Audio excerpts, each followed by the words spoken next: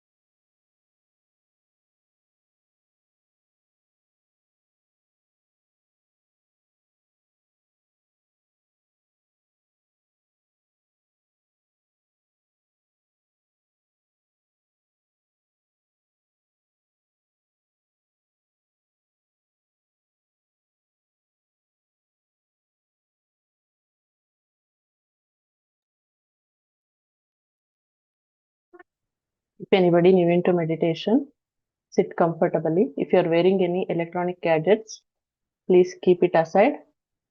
Or any spectacles, if you are wearing, please keep it aside. Cross your legs.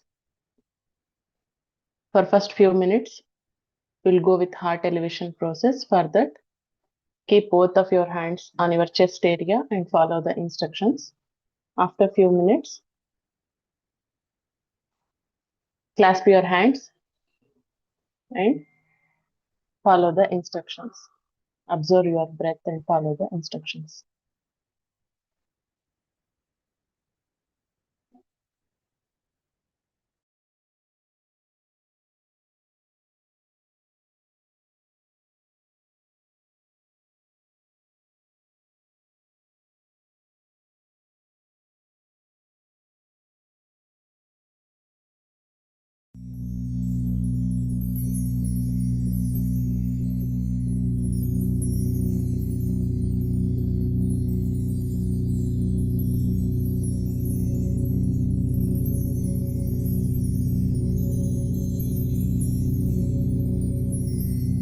Dear friends, dear masters,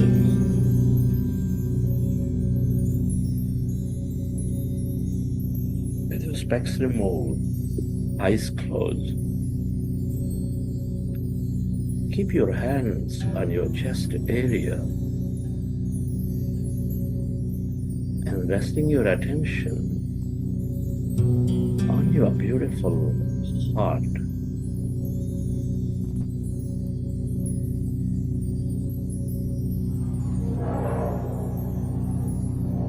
With a slow, long, relaxing breath, connect with your heart center.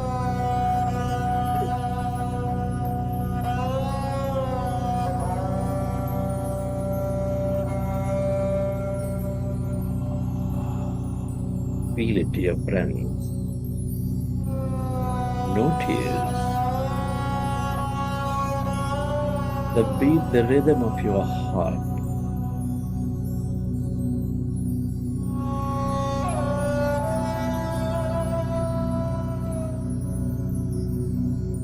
Your inner knowingness.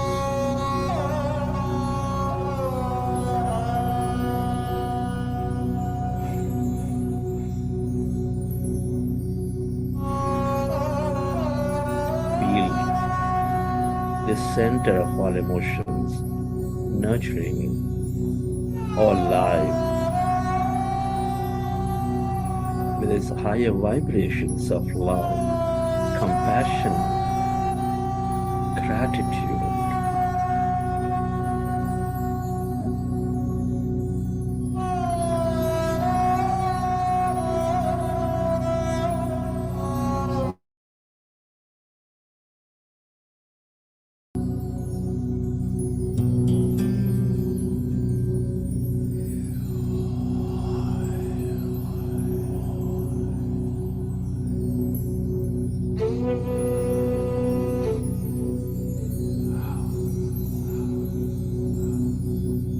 Can you recollect an experience from your past? Or simply going into an experience of higher emotion? Imagine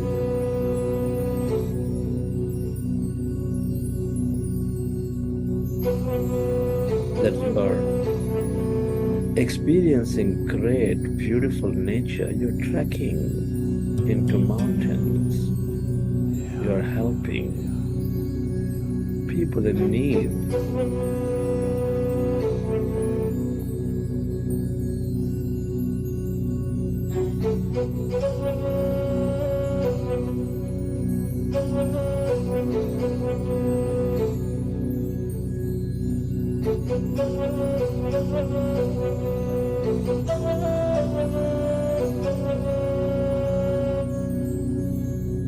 Relive that moment and feel that energy.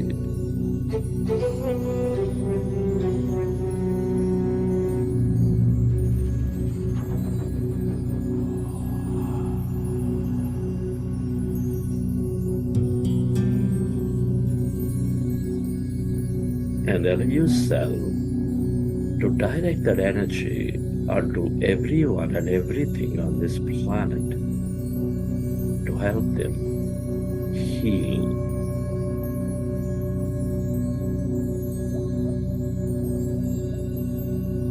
Where your attention goes, there your energy flows.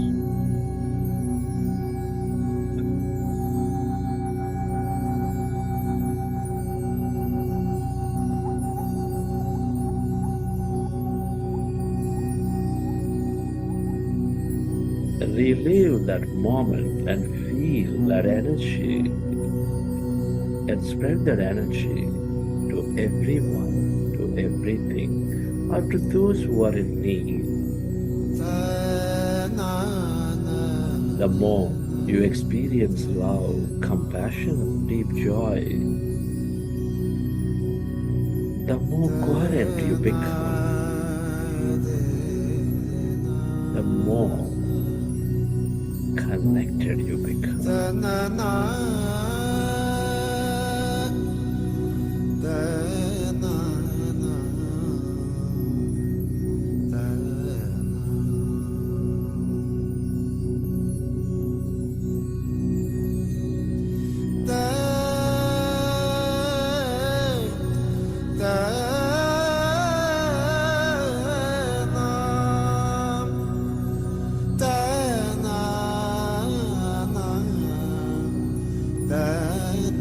You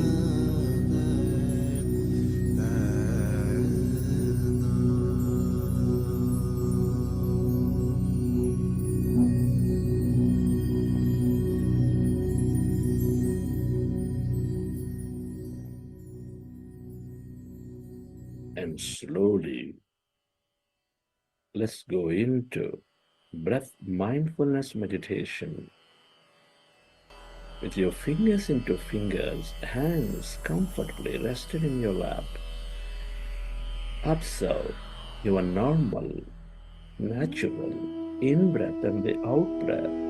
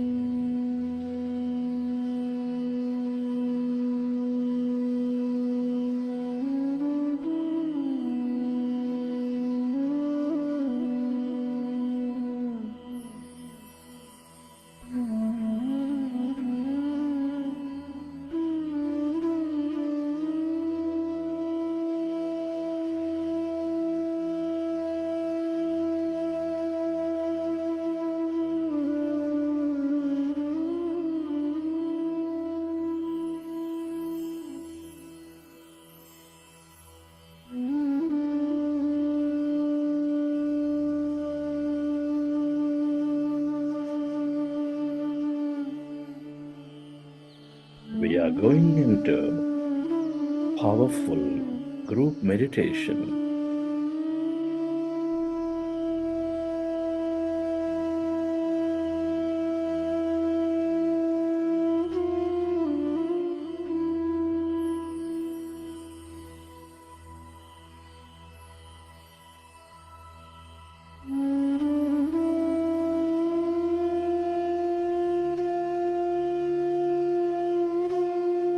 Observe your normal, natural in-breath and the out-breath.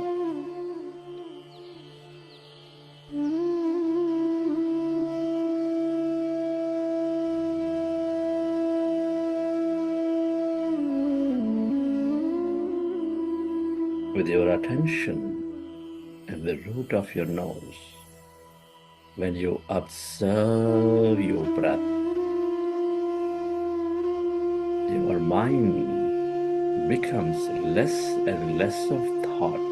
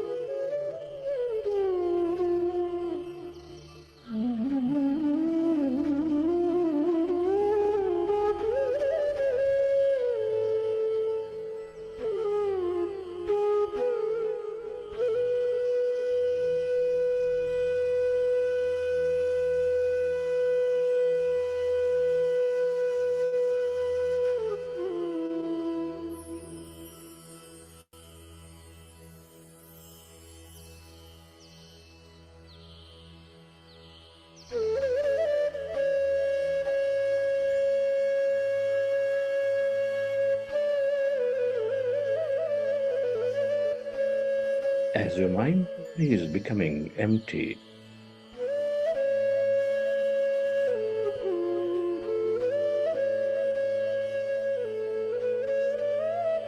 allow yourself to experience the deeper calmness inside of you, all around you.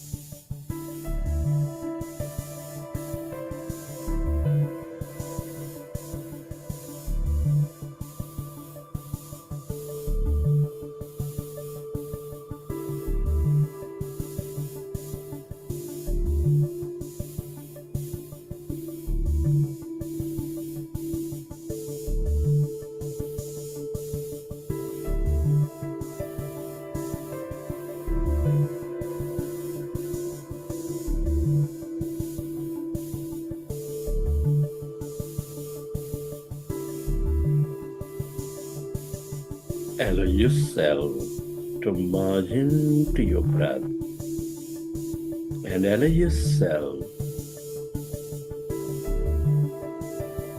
to experience emptiness, blackness.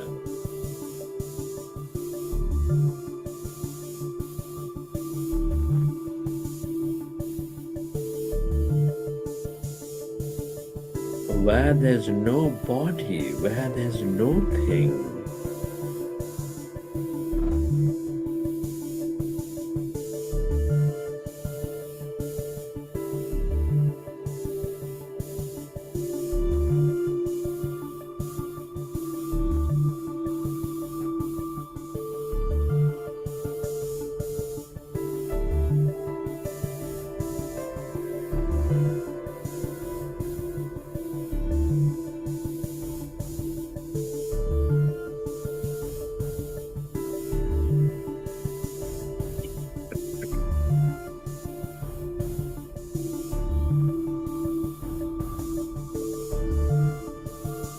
All emptiness is energy.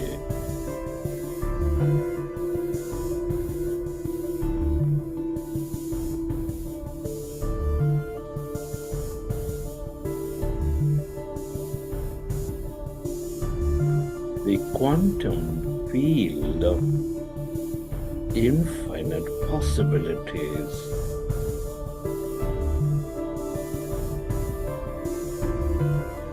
The field of wholeness, the field of oneness.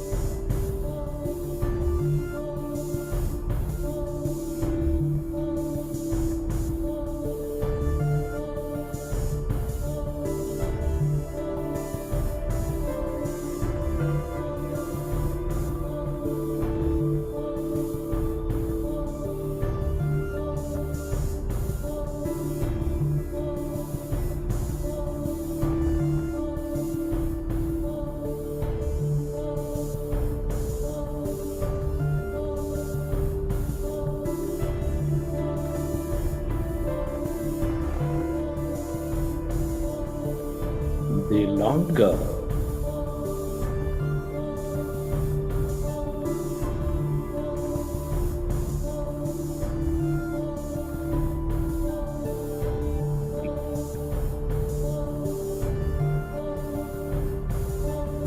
you stay aware of this emptiness, this energy,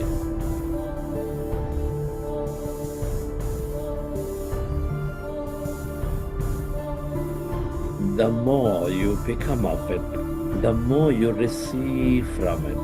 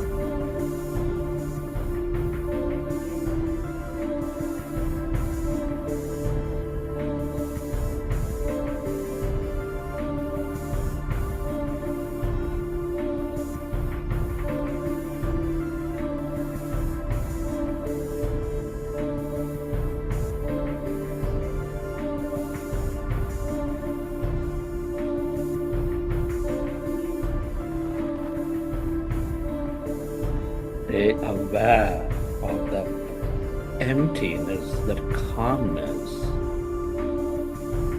this field of energy, the field of creation.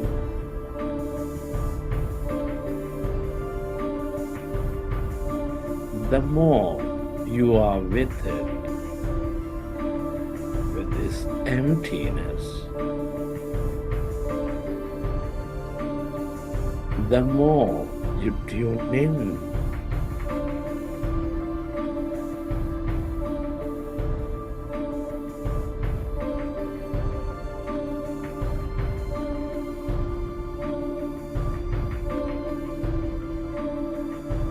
To miraculous possibilities.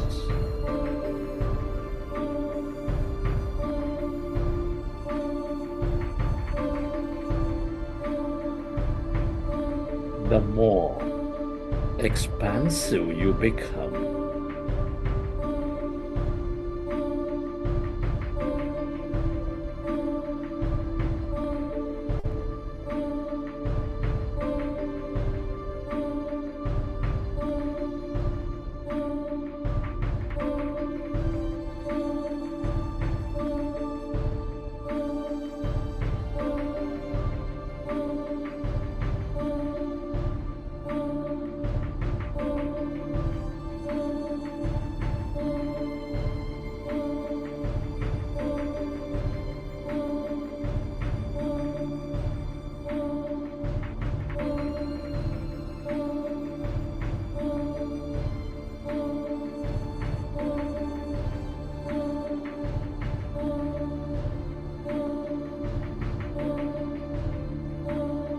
If you find yourself distracted in thought, go back to observing your breath and allow yourself to go into that emptiness.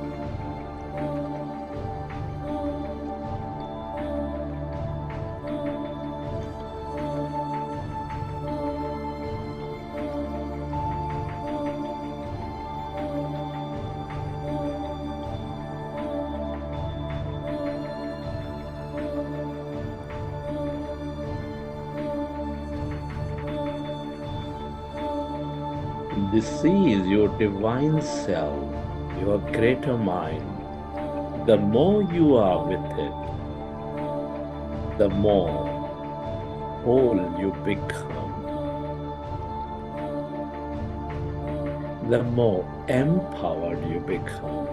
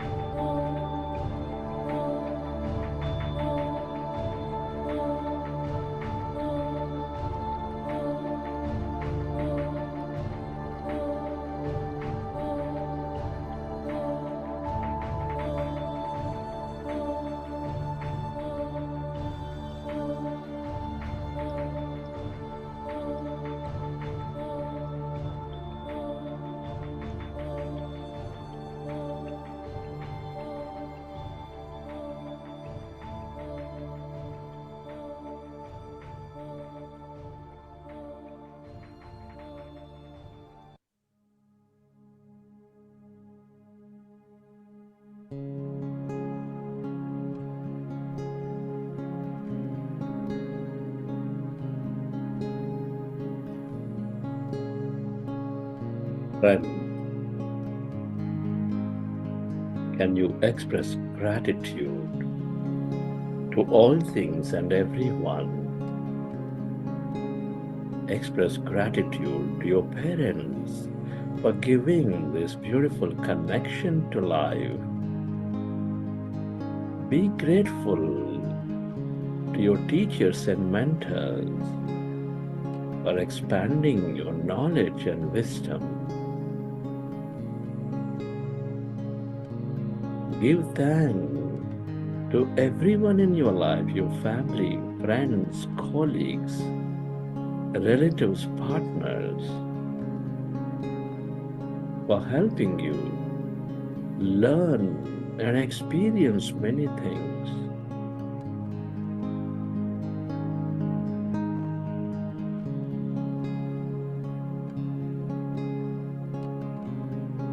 Be grateful to this grand nature, the fish, the bird, the animal, the planet, stars, sun, moon, Mother Earth,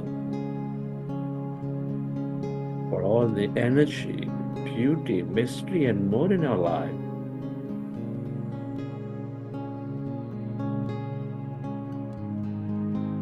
For gratitude to everything you use, the system, the company, the governments, the technology that supports our life in many, many ways.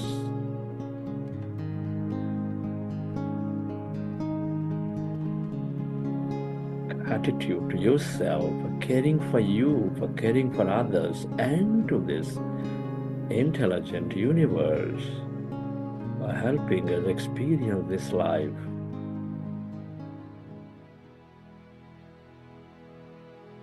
Gratitude is the ultimate state of receivership.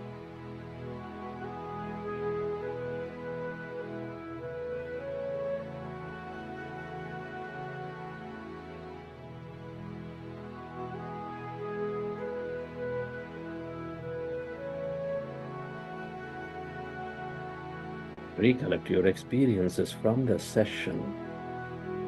How did you feel? What have you seen? And whenever you're ready, you can keep your hands on your eyes for 5 seconds, and then you may open your eyes.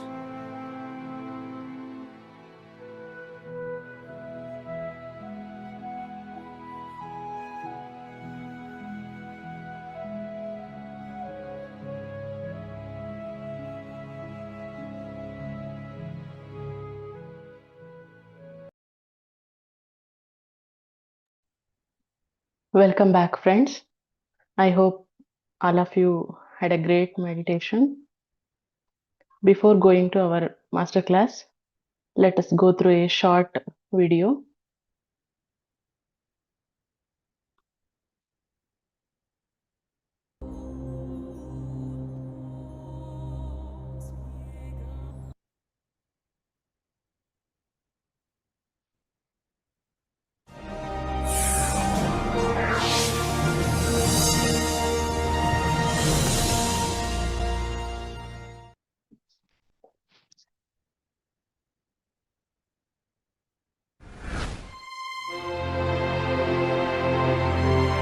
Mahatma Gandhi ji always had a book in his hand. That is Bhagavat Gita. Because he always has that book. I always have the Bhagavat Gita book in my bag.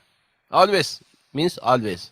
Whenever I have time, I see it again and again and again and again and again and again and again and again and again and again and again and again and again.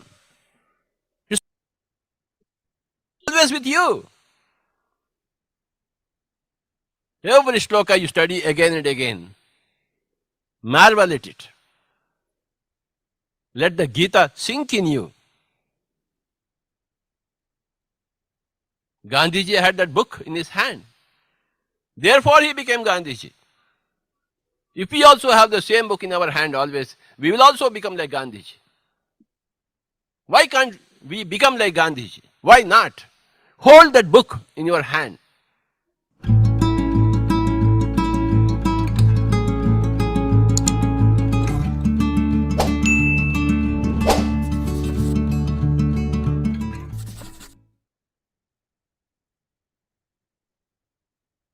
Today we have a great master, Kavya Agarwal, with us. She's an advocate in Delhi, practicing in New Delhi. Currently, she is working with an organization that provides legal aid to women. She has been practicing meditation for the last 3 years. Let us hear to her wisdom. Welcome, Kavya Agarwal, madam. Over to Thank, you. thank you so much for having me here today. So, today I will be talking a bit about the Bhagavad Gita and some of the principles that it has. So, I would just like to start by saying that India is still considered a land where people come to seek spiritual wisdom and guidance, and people from all over the world come here to learn. But somehow, when we look at ourselves, we feel like there is a vacuum. That somehow we ourselves are not able to apply the spiritual knowledge that is there around us and within us in our scriptures completely. Our focus has gone more towards worshipping, and it has gone more towards idol worship, whereas understanding what is the true application of the principles that we have been taught, and without realizing that if we apply those principles in our life, that is the true purpose of that is the true purpose of those scriptures, and that is the true reason why they were taught to us in the first place. So even if we look at the Bhagavad Gita, it is set in the backdrop of a war. So I think that war is representative of our life. Our life is also a war, and we face all of these challenges before us all the time. And the same happened with Arjun when he saw all of his loved ones, and in the form of challenges at the battlefield, suddenly he felt paralyzed. He felt like he couldn't fight, and he didn't know what to do. And at that point of time, Krishna came in and gave him the gyan of the Gita. And it we are like Arjun when we are faced with the reality and the challenges of life. Sometimes we feel paralyzed, like we don't know what to do, what is the right way to approach things, how to deal with these problems. And it is in this way, if we apply what has been taught by Krishna and the Gita to our life will become simpler, and we will be able to deal with all of the challenges that come before us. So a very good example that they have given is that salt is such a small thing, but even the best dishes in the world will not taste the same without having salt in them. So the Bhagavad Gita and whatever spiritual knowledge we do, not just the Bhagavad Gita, even the meditation and the principles that we learn here with Buddha, CEO, and otherwise, all of them are like salt. You add a little bit, and suddenly they enrich your life, they make your life more enjoyable, and you look forward to living this life with full happiness. Even for me, like when I joined meditation, I was going through a tough period of time in my life, and suddenly, since I got into it, my entire family got into it, and now 3 years later, I see the difference. Like now I feel that I'm not very afraid of the challenges of life, because I feel that now I have this source of knowledge, now I have this source of principles, that if I continue to apply them, if I continue to keep learning more and more about them, I feel that I will be able to find some solution to whatever problem comes. And meditation and spiritual knowledge has become that solution for me in life. That And I'm so glad that I got introduced to it at this age. Otherwise people say that, oh, spirituality, reading the Bhagavad Gita, it is all something that we'll do once we have retired, once we are old, and we don't need all of this right now. But that's the thing. If you the earlier you learn it in life, the easier your life will be, because these are the principles that you need to actually live through life, to make life easier. Once you have gone through major part of the life, if you start applying these principles, then like, what's the point? Then you will look back and you will feel, oh, I wish I had this knowledge at that age, and maybe I could have handled that situation better at that point of time. So It's like the earlier that we understand them and the more spiritual knowledge we gain as we go along, like the easier our life will be. So, they talk. So, like, one thing I've seen is that all of us, we are sometimes so bored of everything around us. Like, there's a sense of emptiness that we feel inside.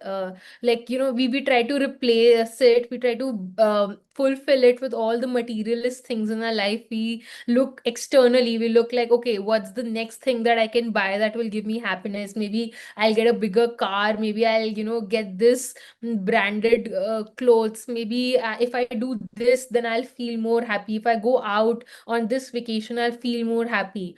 But what the Bhagavad Gita and all the spiritual textbooks that exist, what they say is that if you want to experience true happiness and joy, you have to look within.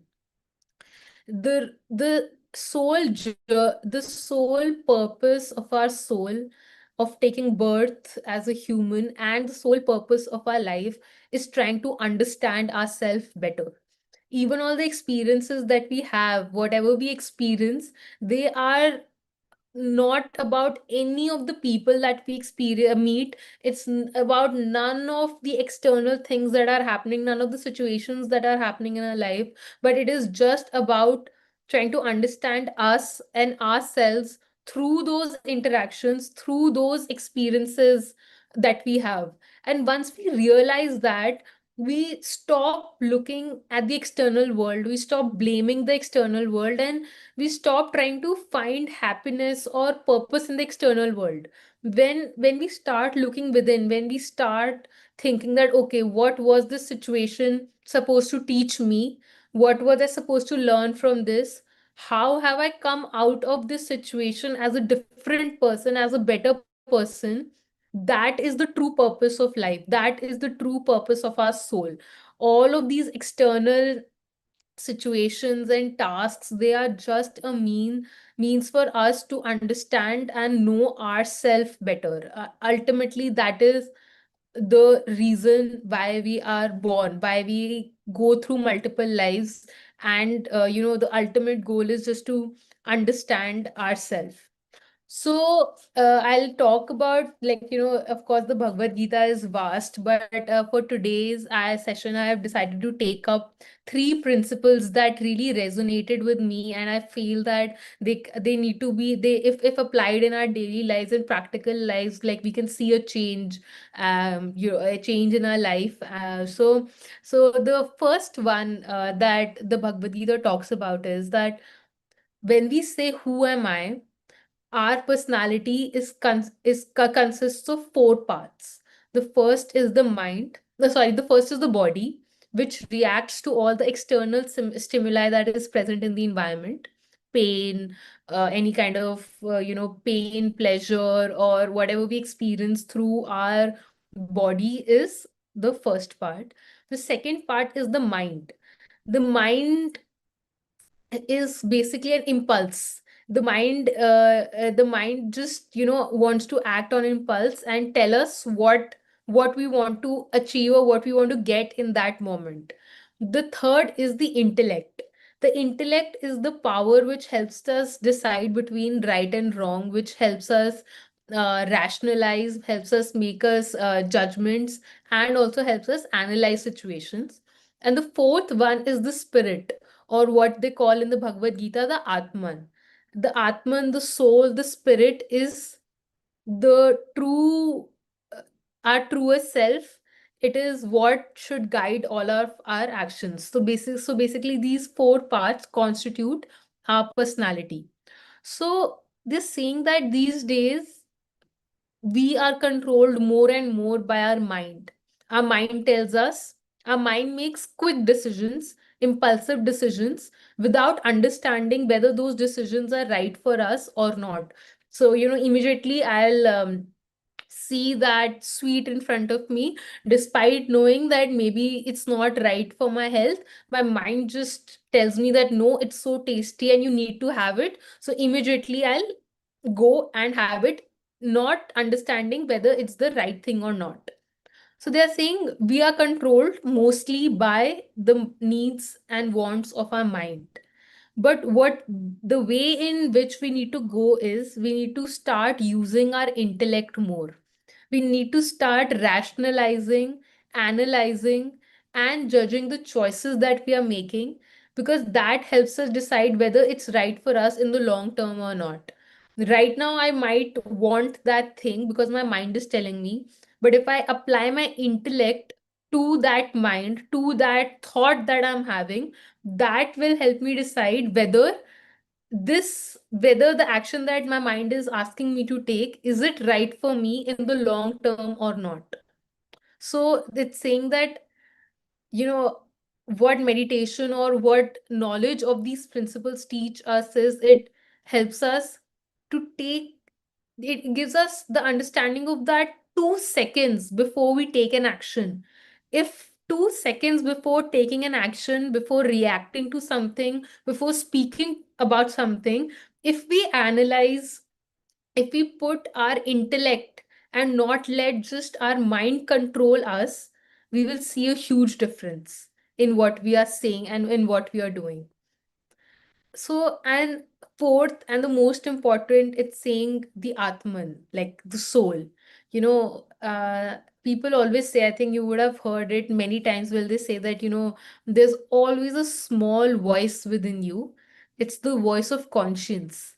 And whenever you are saying something, whenever you're doing something, there's always going to be a small voice within you which tells you that whether what you're about to do is right or wrong. And sometimes we go ahead and do it, say it, despite our conscience telling us not to do it. But each time that we listen to that small voice within us, each time we listen to our conscience that is within us, and then we follow our conscience and take action accordingly, we are listening to our Atman. We are listening to the soul inside us, which is always guiding us towards what is the right thing to do. And in these last 3 years of my meditation, also, I've seen that slowly the voice of your conscience goes stronger as you meditate more and as you start reading more about spirituality, about, how to differentiate between what is right, what is wrong. Because, sometimes there is always a right and wrong, but we just think that there isn't. But there's a voice inside of you that always tells you that, this is the right thing to do at this point of time, and that is the voice of your Atman. And the minute you start listening to it, you see that your life in all aspects changes for the better. So, this one parallel that they have drawn is like, everyone must have heard of that talk game show Kaun Banega Karodpati.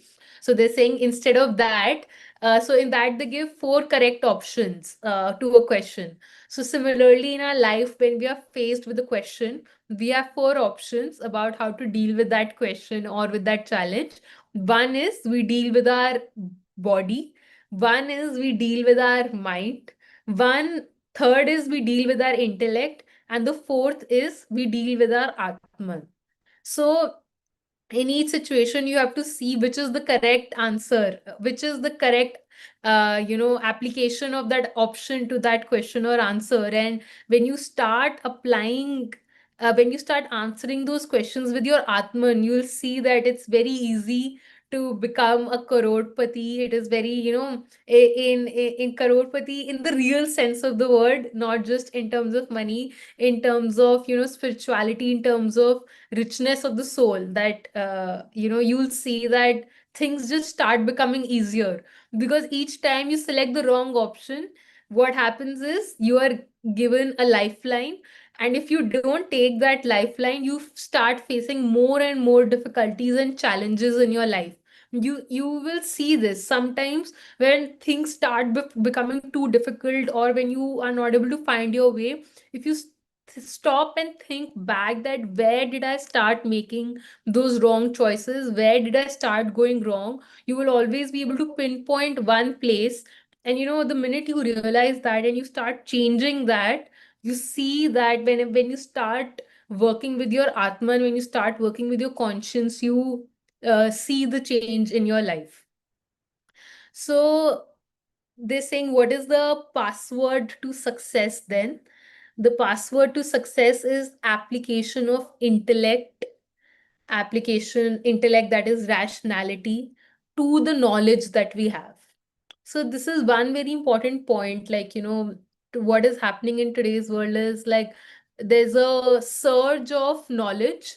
We are getting knowledge from everywhere nowadays. We get knowledge even from the reels. We have 1,000 people telling us what is the right thing to do, what is the wrong thing to do. And like so many of you are already into spirituality, so you read a lot and you have so much knowledge. But if we are not able to apply that knowledge in our real life, then there is no point of that knowledge. So our focus has to start going towards not just gathering knowledge, but applying that knowledge. If after this session or if after any book that you've read, the next time you face something in your real life and you're able to take those 2 seconds to stop and decide whether I'm going to act or speak with my Atman instead of with my mind, that is the real victory that you would have achieved. And not just listening to the session or not just reading that book, that is not sufficient. So that is why the Bhagavad Gita, when you see, because Arjun is asking some like really difficult questions and he's asking them in terms of how to apply them to his actual life. So when you read the Bhagavad Gita and you see that these are principles, if we apply them in our real life, like that is what they are meant for. It's not supposed to be a book that you keep in the mandir and worship. No, that is not going to help you at all. It's about how you can read and start applying those principles in your life. The next thing, one very important thing that they talk about is your attitude towards your work. So, all of us are working to, like, you can say it's a job or like, we are at home, but we do some work or the other every day in our life. That is what keeps us going. So, majority of the times we hear that, oh, it's Monday again and, I have to go to work tomorrow. Like, I have never met anybody who's very happy about Monday or they're very happy about going to work. Everybody is just waiting for Friday to come. Even though work constitutes such a huge part of our life, we spend so much time in the office, we put so much energy and effort into our work, but still we never look at it happily. We never look forward to it. Like very few people do. Well, like of course there are always exceptions, but majority people. So the Bhagavad Gita is saying that your attitude towards your work and the motivation behind the work is very important. Our work needs to have a higher purpose. And when we attach that higher purpose to our work, our attitude towards changes it dramatically. We feel more happy, we feel more excited, and we look forward to it. If our work is just guided by selfish gains, that okay, like if our only thought is how is this helping me, how is this, how am I benefiting out of what I do, then there you will reach a point where your work will not give you satisfaction anymore. You will reach a point where you will not find joy in your work and you will ask this question that why am I really doing this? At one point of time, money and success and fame are not good enough reasons to continue working. So, when you attach a higher purpose, when you know that your work is serving a bigger goal, when you do it with that intention, you automatically start looking forward to it. And this does not mean that they're asking you to become a social worker, that you leave everything and start doing social work. And with for this, I want to really share a very good example. So like, I always used to feel that, oh, I decided to do law because I want to help people, and that way law is such a great profession. Like, I can use it to further a cause. But then I was speaking to this senior master who's in meditation only, and he's an architect, and he told me that I am so passionate towards architecture, and I really feel that it's bringing such a difference in the world. And I was looking at him that how is architecture bringing like a difference in the world. Like, what are you saying? And then he told me, he said that, so people may go, people die after a time, but the buildings that we make stay on for a long period of time. So today, if I am designing a building, if I have been given a responsibility to do this work of designing or building this building, then I have to see that what can I do so that this lasts for, 50 years or a longer time. And, that way buildings surpass even human lives. And, I was so inspired by what he said, that, like, actually the way he was looking at his work, the intention he put behind his work, the motivation with which he was doing his work, even that of an architect, was giving him a deeper sense of purpose, was giving him a deeper sense of motivation to do what he was doing. So, maybe after a point, maybe 20 years into the profession, he might have earned enough money for himself, for his family, and everything. But what kept him going for the next 20 years after that was the motivation that I am working with the intention of making a difference, that my work is not just serving me, but it is serving a bigger goal. It is serving a bigger sense of purpose, and that is why I want to continue working. So the Bhagavad Gita is really saying that the minute we attach a higher sense of purpose to a goal, when we feel that uh, I am doing this not just for me, but how it can bring a difference in the world, that's when your work starts being more meaningful. You look forward to it, and you are more energetic and vitalized towards your work. Also, like, this does not mean that, like, you start feel this is not so that you start feeling like, very great about yourself, that, oh, look what difference I'm making in the world. Like, it's not to be done out of arrogance, but it's supposed to be done for yourself, so that it gives you a deeper sense of joy, it gives you a deeper sense of contentment and satisfaction towards, what you are doing in your life and with your life, beyond beyond just, fulfilling the outer desires that we feel are important. So, the third thing that they're saying is meaningful relationships.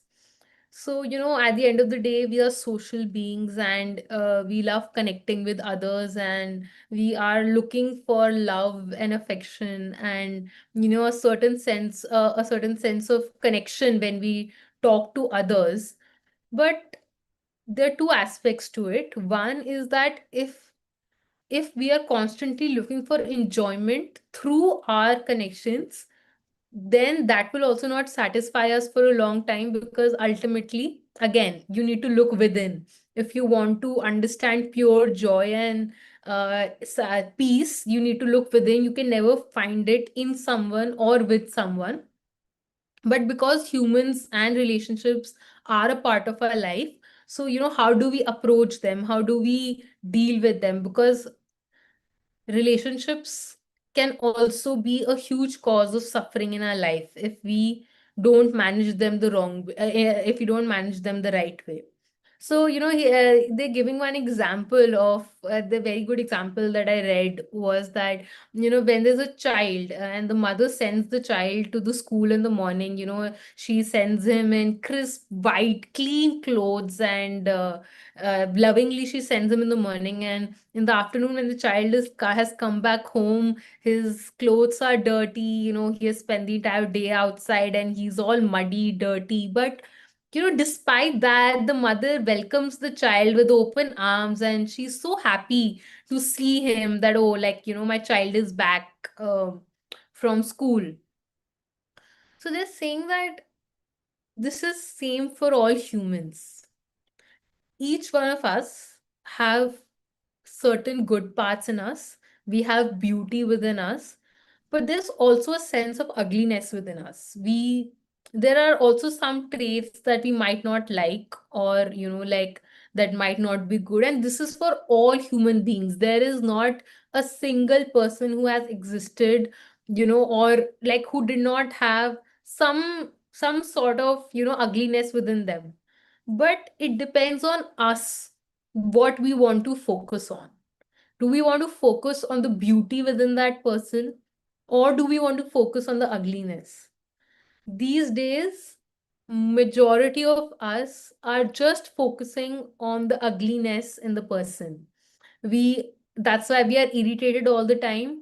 We always feel that there are expectations that we have from the other person which are never getting fulfilled.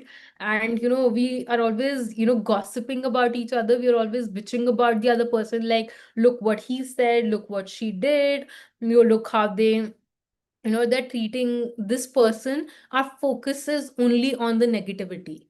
But the day we make a choice that no, that person has beauty within them, and I choose today to see the beauty in them, we will see a significant change in all our relationships. Instead of putting blame on one person for what they did wrong, if we start focusing on the good things that they have done for us, on the good things that their existence and presence brings in our life, we will see our relationships becoming happier.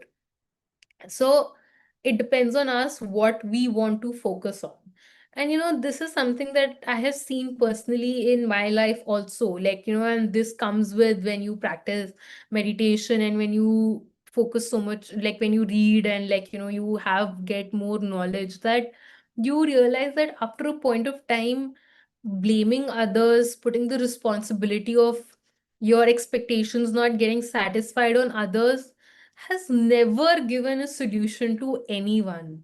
Like, if any of you can tell me one example where you felt that I blamed that person, I scolded that person, I shouted at that person, and they did not do what I asked them to do, or they did not meet my expectations, and telling that to them, or like, cribbing about it, blaming them for that brought you happiness, like I don't think, or that helped your relationship, I don't think that's true, or that has been possible. The minute we start looking within, the minute we start looking that, okay, something like this happened, but is there something good that I can focus on in that person?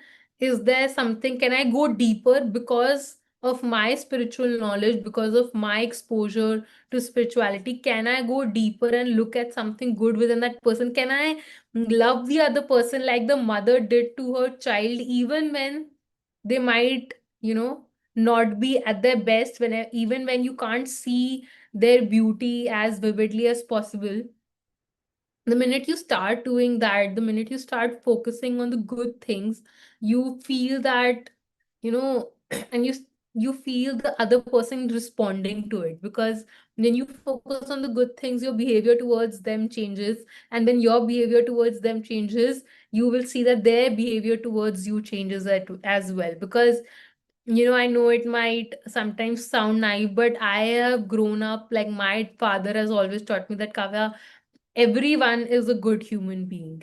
It is sometimes just certain circumstances, experiences that people have, that, or ignorance that they live in, that makes them do certain things, or makes them behave a certain way. But at the end of the day, we all say that we are, we are God within ourselves. And if everyone, like, that's what they teach us in meditation, that if we are all gods among ourselves, then we can never, we are not bad people. Nobody is really a bad person. So, uh, yeah, so like one way for having meaningful relationships is this. And I think, yeah, these were the three principles that I wanted to focus on today. Like, whatever time we have left, I would love to take up some questions in general about anything, about meditation, about this, that anyone might have, and, have some more discussions about it. And one thing before ending, I just want to say that, whenever we have these discussions with people, the one answer that I hear is, but it's very difficult to do this, like it's easier said than done. And like, I really can't. And, at some point of time, this used to be me as well, when my parents used to be telling me all of these things. But, the minute I stopped saying that, and I started saying that, okay, I might not be able to apply these in 100 of 100% of the situations, but can I start small?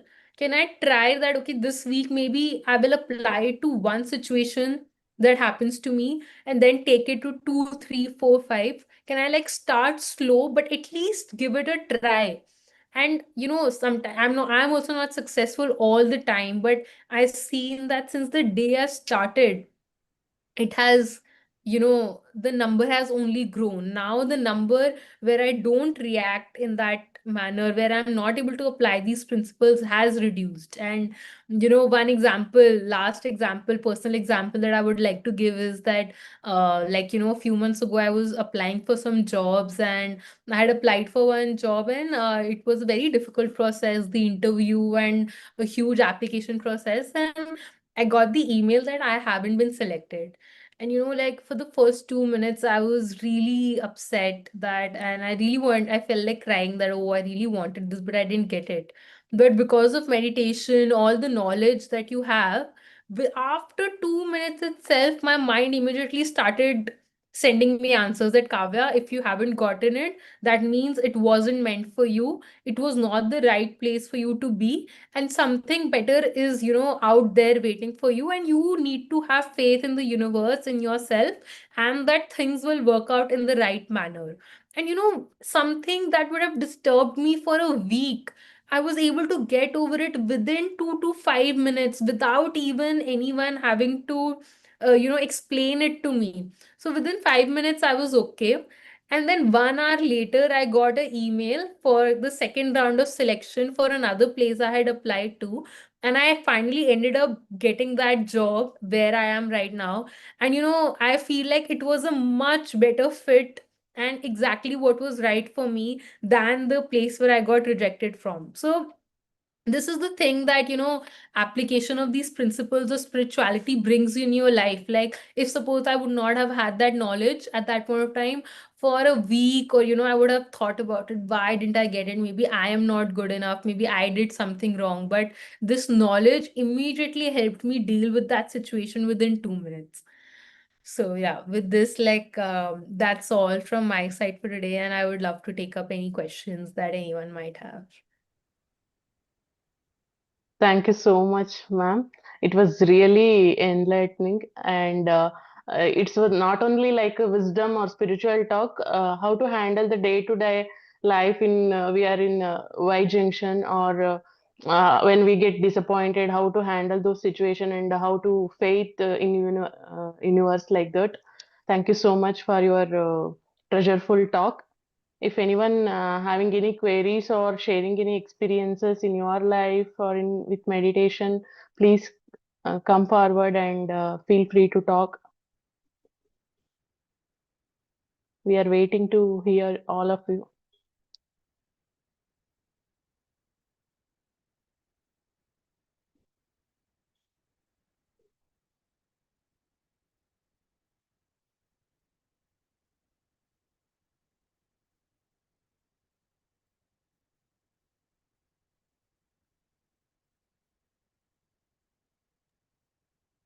Kavya, it was a wonderful session. Thank you so much.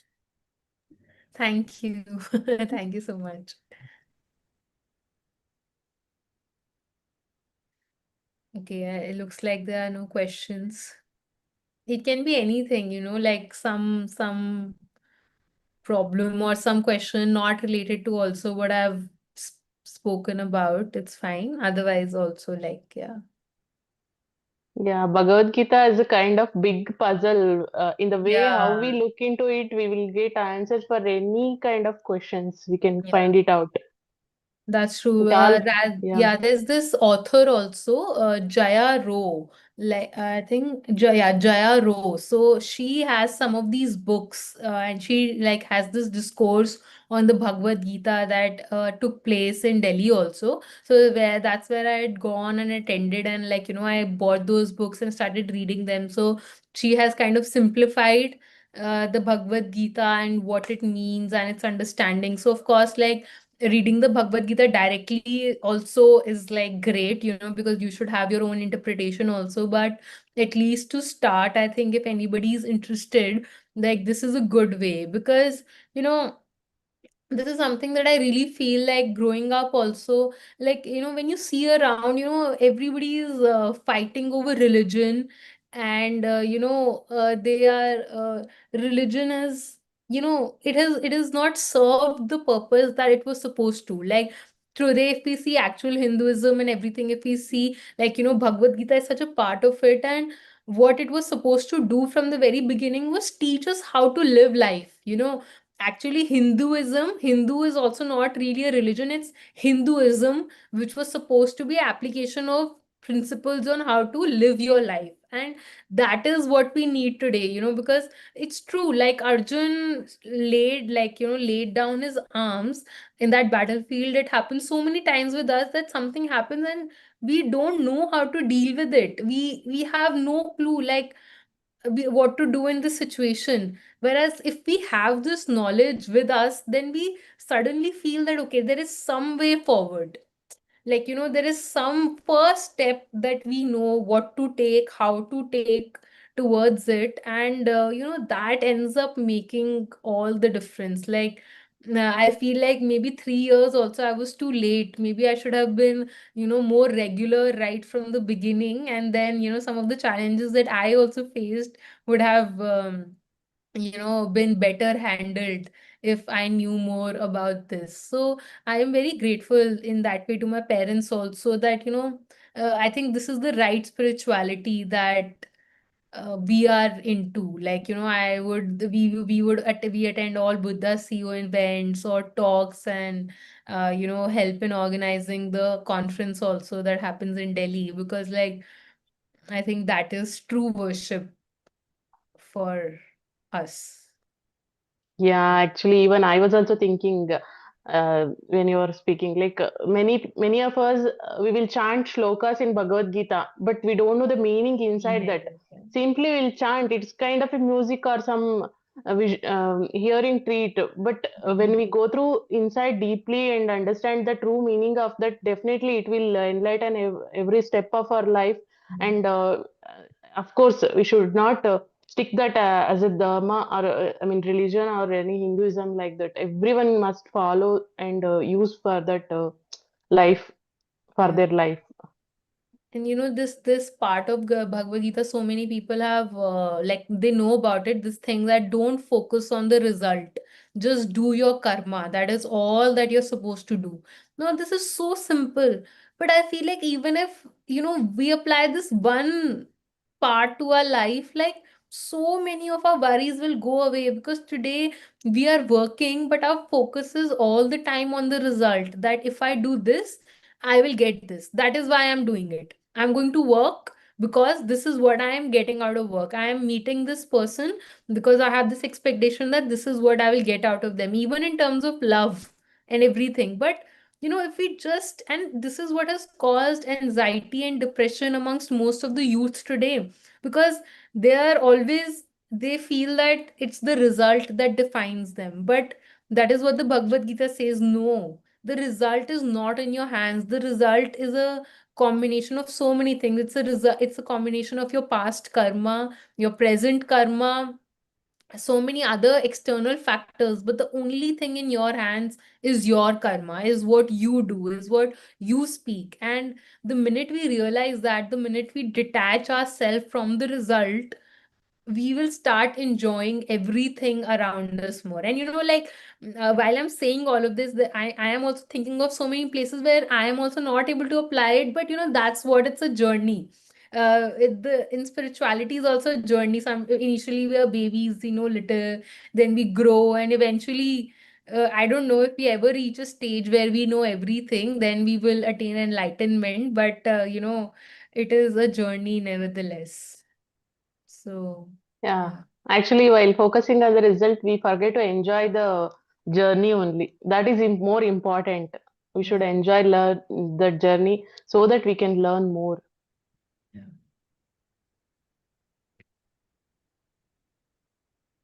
Yes, Geeta ma'am wants to say something.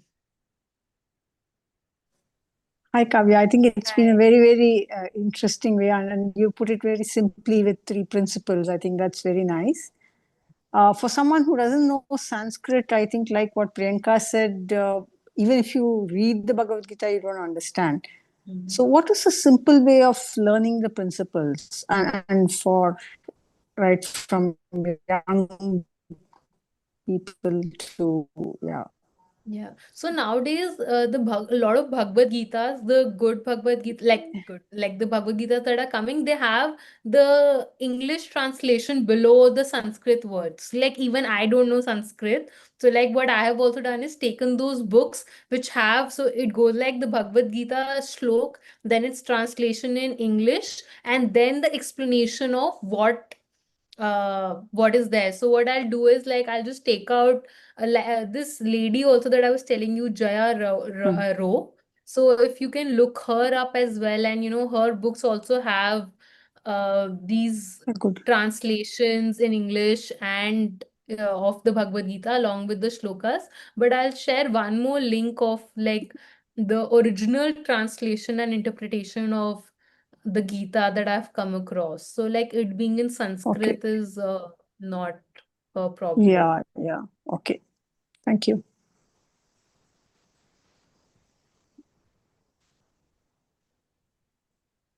I'm looking for this.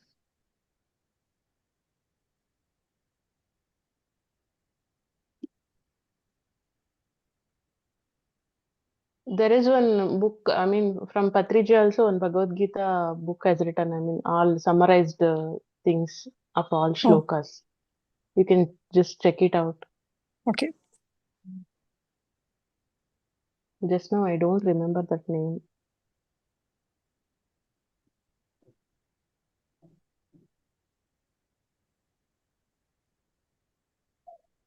Yeah, I'm just putting one more in the link. This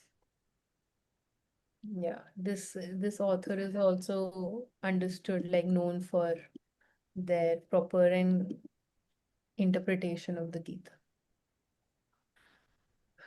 Okay, so I guess that's it. I think no more questions or comments that we have.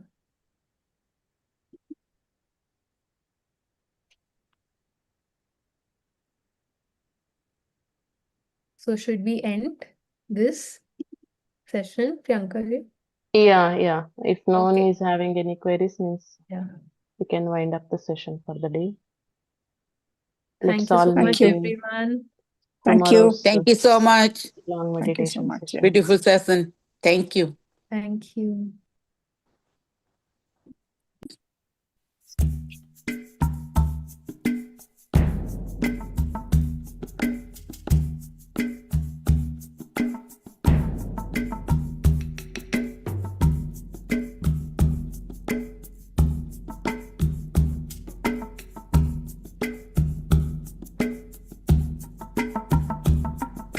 Thank you. I want to say thank you. Thank you. Thank you. 'Cause I'm so grateful. So grateful. Oh, grateful. I'm so grateful. So I want to say thank you for this day, Spirit. Thank you for this day. Thank you for this day, Spirit. Thank you for this day. This healing. Thank you for joining, everyone. Let us all meet in tomorrow's Sunday long meditation session.